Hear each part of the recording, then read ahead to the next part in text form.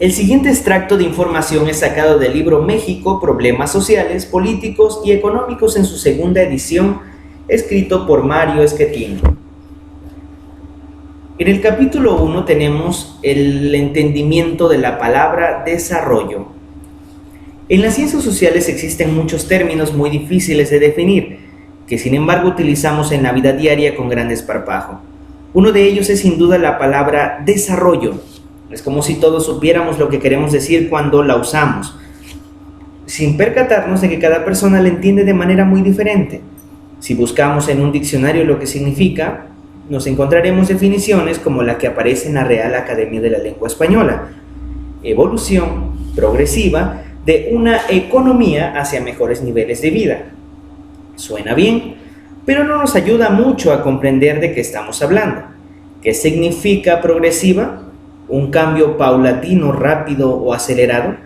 Y más importante aún, ¿qué es exactamente un mejor nivel de vida? Aunque parece muy sencillo de definir, esta idea no lo es en absoluto.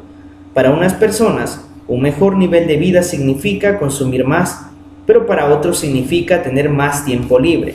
Definir un mejor nivel de vida es tan complicado como definir la pobreza. Otra manera de acercarse al concepto de desarrollo es conocer lo que entienden por ello las agencias internacionales que se dedican al tema. Por ejemplo, el BID, el Banco Interamericano del Desarrollo, el cual define así su objetivo.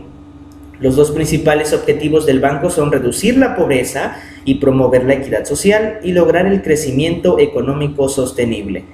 De manera que para el BID el desarrollo equivale a tres cosas. Número 1, reducción de la pobreza. Número 2, promoción de la equidad social. Y 3, crecimiento económico sostenible. Pero ya veíamos que la definición de pobreza no es sencilla y tampoco es fácil saber qué es equidad social. Equidad es una manera un poco distinta de decir igualdad. Sin embargo, al calificarla de social, el asunto se hace mucho más complicado.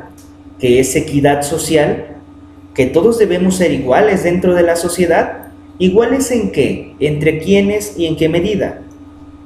Esta última pregunta es la que Norberto Bobbio, famoso pensador italiano de izquierda, plantea en su libro Derecha e Izquierda, en un intento de establecer mejor esa gran discusión entre igualdad y libertad, que a su juicio está detrás de la lucha política en los últimos 200 años. Esto sale a colación porque resulta que la definición de los términos no es un asunto trivial, sino que tiene implicaciones políticas muy relevantes. Es en la búsqueda de equidad social que se ha restringido la libertad en muchos países, y es la promoción de libertad económica que se ha fomentado la inequidad social en muchos otros. De la definición del BID podemos ver que el crecimiento económico no es igual a desarrollo. De hecho, el BID califica este crecimiento que debe ser sostenible, pero además le agrega los otros dos elementos. Número 1, reducción de la pobreza, y número 2, la promoción de la equidad social. Y es que la economía no lo es todo, pues como sabemos, no solo de pan vive el hombre. De hecho, con el fin de contar con una forma más adecuada de entender el problema, la Organización para la Cooperación y Desarrollo Económico, la OCDE, que es la asociación de los países más importantes del mundo, en la que está incluido México, ha publicado información que nos puede ser de gran utilidad y que se resume en la siguiente figura que podemos ver en pantalla. En ella puedes ver de manera esquemática lo que hoy sabemos sobre el funcionamiento de la economía y su relación con el bienestar, o para ponerlo en términos de la Real Academia de la Lengua Española, del nivel de vida. El bienestar en la figura es más que el PIB, es decir, el crecimiento, como veremos más adelante. Y el crecimiento no es totalmente bueno, porque produce eso que la figura se llama deseconomías, que es una forma de ver la destrucción del ambiente de la que hablamos. Aunque el bienestar, es decir, el desarrollo, sea mayor que el crecimiento, no es probable que el primero exista sin el segundo. Es decir, es posible que tengamos crecimiento sin desarrollo, pero no es posible tener desarrollo sin crecimiento. Crecer es una condición necesaria para desarrollarse, pero no es suficiente. Hay quienes creen que es posible que exista desarrollo sin crecimiento, pero eso nunca ha ocurrido. Y es muy difícil imaginar alguna situación hipotética en que pudiésemos ver un caso así. Puesto que el crecimiento es imprescindible, necesitamos entender el modo en que las economías crecen, que es lo que se nos muestra en la parte izquierda de la figura. La OCDE identifica 3 grandes elementos detrás del crecimiento. El primero es el capital natural, seguido del capital físico y las capacidades humanas y sociales. Pero estas últimas son en realidad 3: capital humano, capital social y marco político e institucional. Este esquema, así de sencillo como lo ves, es un excelente resumen de lo que hoy sabemos acerca del desarrollo. Y aunque te cueste trabajo creerlo, para llegar a esta idea han debido pasar más de 200 años de investigaciones acerca del tema. En estos 200 años, y sobre todo en el tiempo en que ha transcurrido desde el fin de la Segunda Guerra Mundial, diferentes formas de entender el problema han llevado a diferentes modelos de desarrollo que han tenido diferente suerte. El estudio del crecimiento económico nos lleva a las siguientes deducciones. El crecimiento económico de los países se mide regularmente por el Producto Interno Bruto, el PIB. Esta variable mide todo el valor agregado generado en un país en cierto periodo. Así, todo el valor que se agregó en México durante el 2005, y uso este año como ejemplo porque tenemos el dato de cuántos mexicanos éramos entonces, sumó 8.374.348.530.000 pesos. Una parte de este valor agregado se distribuyó en sueldos, salarios, prestaciones de diversos tipos, ganancias de los empresarios y también en ingresos de empresas muy pequeñas que no se cuentan de la misma manera y que estos últimos se denominan ingresos mixtos. Otra parte de este valor agregado también tuvo que utilizarse para pagar el desgaste de los activos productivos. Por citar algunos ejemplos tenemos los automóviles, los cuales pierden valor cada año con su uso. Los edificios también se van deteriorando, lo mismo que las instalaciones de agua y electricidad, etc. Así pues, todo lo que produjimos en dicho año sumó esa cantidad, casi 8 billones y medio de pesos, y al dividirla entre todos los mexicanos que vivíamos en 2005, que sumábamos una cantidad de 105 millones y medio de personas, a cada uno nos tocaba un poco más de 79,000 pesos durante el año.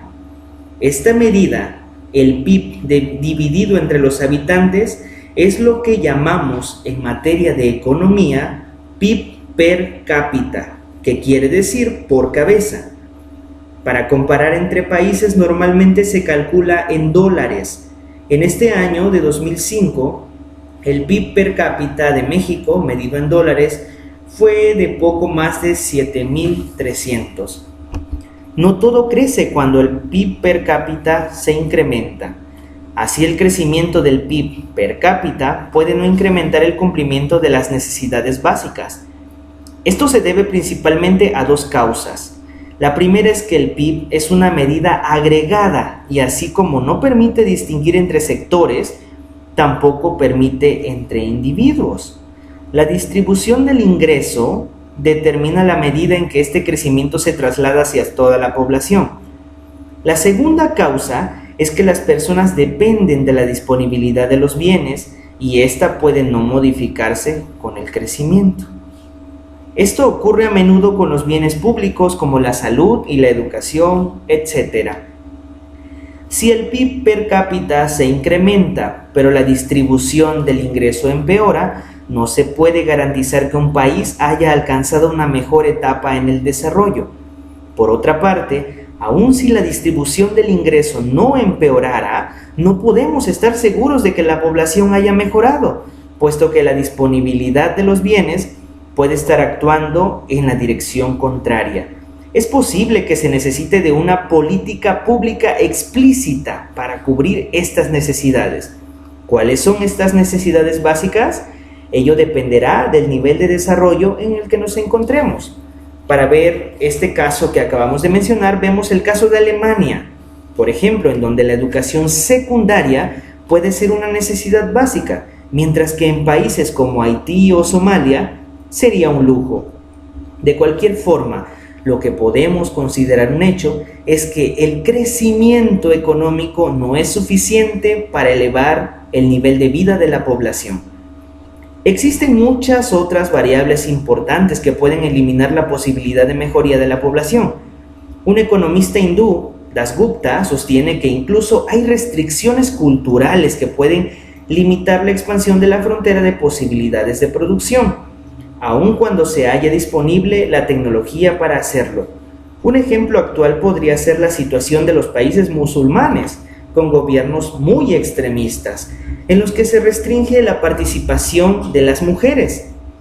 Con esta acción de reducir la participación de las mujeres, no solo se reduce el desarrollo para ellas, sino para su país entero. Si tomamos el PIB per cápita como la variable que nos indica el crecimiento de un país, podemos crear una teoría que nos explique cómo es que ésta crece. Aunque en economía se ha escrito mucho acerca del crecimiento, aún no lo entendemos totalmente. Hay un libro que constituye una referencia muy importante en el inicio de la economía como ciencia, al cual recibe el nombre de Investigación sobre la naturaleza y causas de la riqueza de las naciones, o de una forma más breve y conocida por todos, el llamado La riqueza de las naciones, escrito por Adam Smith en el año de 1776. El objetivo de tal libro era explicar el crecimiento de las economías de aquel entonces. En el siglo XX se han construido diferentes teorías del crecimiento, como la teoría más importante, base de las interpretaciones latinoamericanas, y hablamos de la teoría de Harrod-Domar, por los nombres de los dos científicos sociales que la crearon. En 1939, Roy Harrod publicó un artículo con un primer planteamiento, pero fue Epstein-Domar, en 1946, quien escribió el texto del que se derivó una teoría del crecimiento. En este primer video tenemos esta primera parte de información.